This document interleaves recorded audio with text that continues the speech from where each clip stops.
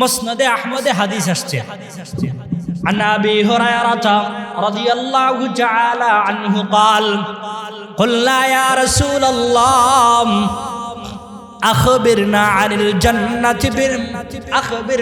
الجنة ما بناؤها قال لبنة من ذهب ولبنة من فضة ملاءتها المسك الأظفر وحسباؤها الياقوت واللؤلؤ وتربتها الورس والزعفران زربلن سبحان الله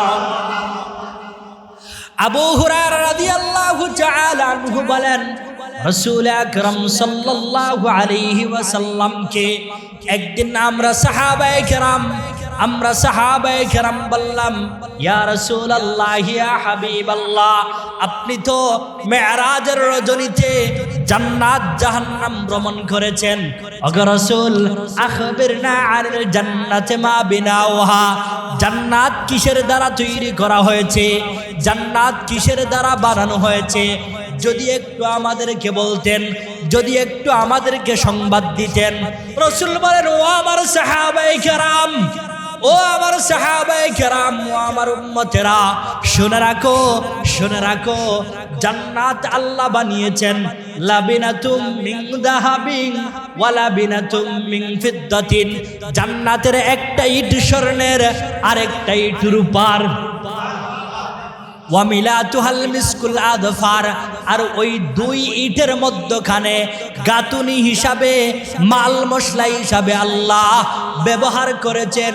সুগন্ধি মিশকে আম্বর আরেকটু জোরে বলেন না সুবহান ওই জান্নাত যেই জান্নাতের একটা ইট আরেকটা ইট যেই জান্নাতের কথা বলছিলাম মজার সংবাদ আছে খুশির সংবাদ আছে এই মজার সংবাদ খুশির সংবাদ আমরা কে কে শুনতে চাই হাত তুলে নারে তাকবীর আপনাদের খিদা লাগিয়ে গেছে মনে হয় দ্বীন ইসলাম আল্লাহ তুমি কবুল করে নাও আমিন বলেন সম্মানিত মুসল্লিয়ানে কেরাম মুরব্বিয়ানে কেরাম যেই জান্নাতের কথা বলছিলাম ওই জান্নাত আল্লাহ আমাদেরকে দান করবেন ওই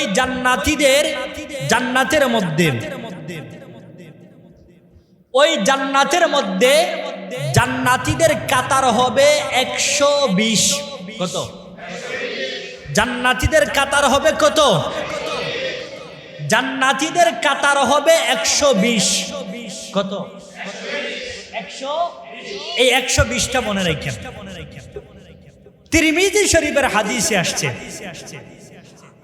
عن ابن بريدة عن أبيه قال رسول الله صلى الله عليه وسلم أهل الجنة 20 و100 صف 80 من هذه الأمة و40 من سائر الأمم زربلن سبحان الله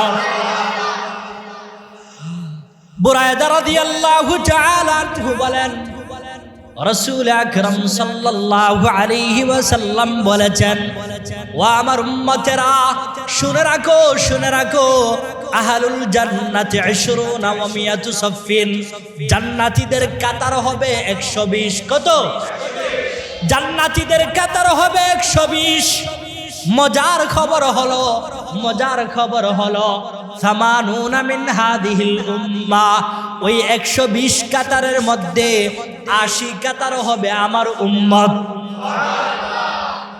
সুবহানাল্লাহ 40 মিন সাইরিল উমাম বাকি 40 কাতার হবে আদম থেকে নিয়ে ঈসা আলাইহিস সালাতু ওয়াস সালাম পর্যন্ত সমস্ত নবী এবং রাসূলদের উম্মত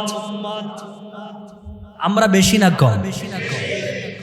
কম আরে শুধু বেশি না ডবল বেশি শুধু বেশি না কি ডবল বেশি ওই জান্নাতের মধ্যে আমরা সকলে যাইতে চাই তো ইনশাআল্লাহ আল্লাহ তুমি কবুল করে নাও আমিন বলেন আরেকটা মজার হাদিস শুনাই সেই হাদিসটা হইল জান্নাতীরা জান্নাতের মধ্যে যাওয়ার পরে সমস্ত পুরুষদের বয়স হবে 33। কত? সমস্ত পুরুষদের বয়স কত? 33। আর সমস্ত মহিলাদের বয়স হবে 18। রাসূল বলেন শুনে রাখো 33 থেকে কখনো কোনোদিন 33.5 হবে না। আর মহিলাদের বয়স 18 থেকে কোনোদিন 18.5 হবে না। 33 থাকবে, 18ই থাকবে। আরো মজার হাদিস শুনেন, রাসূল বলেন জান্নাতীদের সৌন্দর্য হবে, বলেন না আল্লাহু আকবার। জান্নাতি পুরুষদের সৌন্দর্য হবে ইউসুফ আলাইহিস সালামের মতো। আর জান্নাতি পুরুষদের আখলাক হবে আমি মুহাম্মদুর রাসূলুল্লাহ সাল্লাল্লাহু আলাইহি ওয়াসাল্লামের মতো।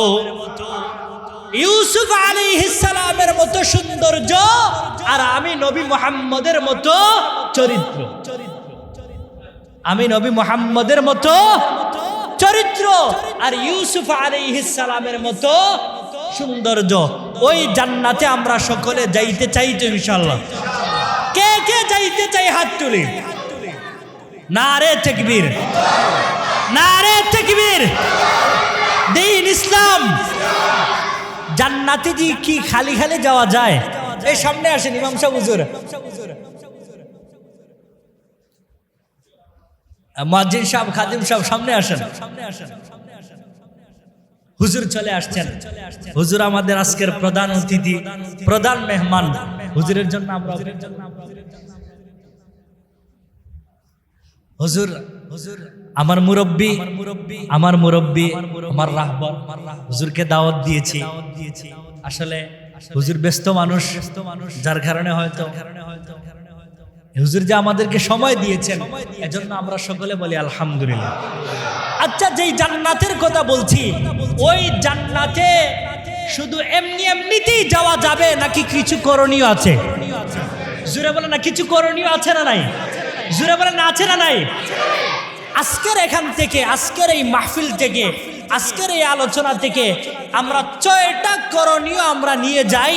এই 6টা বিষয়ের আমরা হেফাজত করব, এই 6টা বিষয়ের আমরা জিম্মাদারি নিব, 6টা বিষয়ের উপরে আমরা আমল করব, 6টা বিষয়ের আমরা জিম্মাদারি গ্রহণ করব। রাসূল আমাদেরকে জান্নাতে নিয়ে যাওয়ার জিম্মাদার হয়ে যায়। রাসূল যদি আমাদেরকে জান্নাতে নিয়ে যাওয়ার জিম্মাদার হয়ে যান, আমাদের আর কোনো টেনশন আছে? জোরে বলেন আছে? 6টা বিষয়। কয়টা বিষয়? সবাই একটু হাত দিয়ে দেখেন না, কয়টা বিষয়? 6টা বিষয়। হাদিস শুনেন। আন আবি হুরায়রা রাদিয়াল্লাহু তাআলা আনহু قال قال رسول الله صلى الله عليه وسلم اضمنوا لي ستا من انفسكم اضمن لكم الجنه اصدقوا اذا حدثتم واوفوا اذا وعدتم وعدوا اذا تمنتم واحفظوا فروجكم وغضوا أبصاركم وكفوا أيديكم। আবু হুরায়রা রাদিয়াল্লাহু তাআলা আনহু বলেন, হে পৃথিবীর উম্মতেরা শুনে রাখো, ইদমানু লি সিত্তাম মিন আনফুসিকুম, তোমরা যদি 6টা বিষয়ের জিম্মাদারি গ্রহণ করতে পারো, আমি রাসূল বলছি আদমাল্লাকুমুল জান্নাহ, আমি রাসূল তোমাদেরকে জান্নাতে নিয়ে যাওয়ার জিম্মাদার হয়ে যাব। কয়টা? রাসূল বলেন 1 নম্বর, উসদুকু ইযা হাদাসতুম, কথা বললে সত্য কথা বলবা। রাজি আছি তো ইনশাআল্লাহ? মিথ্যা কথা কখনো বলবো না ইনশাআল্লাহ। রাসূল বলেন উসদুকু ইযা হাদাসতুম, কথা বললে সত্য কথা বলবা, মিথ্যা কথা বলবা না। 2 নম্বর, ওয়াদ্দু ইযা তুমিনতুম, তোমাদের কাছে কেউ যদি আমানত রাখে, আমানত তার মালিকের কাছে যথাযথ পৌঁছে দিবা। 3 নম্বর, ওয়াউফু ইযা ওয়াআদতুম, ওয়াদা করলে ওয়াদা পরিপূর্ণ করবা। 4 নম্বর ওয়াহফাদু ফুরুজাকুম, তোমরা তোমাদের লজ্জাস্থানকে হেফাজত করবা। 5 নম্বর ওয়াগুদ্দু আবসারাকুম, তোমরা তোমাদের চোখকে নিয়ন্ত্রণ করবা, চোখের হেফাজত করবা। 5 নম্বর ওয়াকুফু আইদিয়াকুম, তোমরা তোমাদের হাত পায়ের হেফাজত করবা, হাত পা দ্বারা কাউকে আঘাত করবা না। রাসূল বলেন এই 6টা বিষয়ের জিম্মাদারি যদি আদায় করতে পারো, 6টা বিষয়ের জিম্মাদারি গ্রহণ করতে পারো, আমি রাসূল তোমাদেরকে জান্নাতে নিয়ে যাওয়ার জিম্মাদার হয়ে যাব। কয়টা? 1 নম্বর কথা বললে সত্য কথা বলা। 2 নম্বর ইবাদত করা। আল্লাহ তাআলা আমাদের সকলকে এই 6টা বিষয়ের জিম্মাদারি গ্রহণ করার, এই 6টা বিষয়ের উপরে আমল করার তৌফিক দান করেন।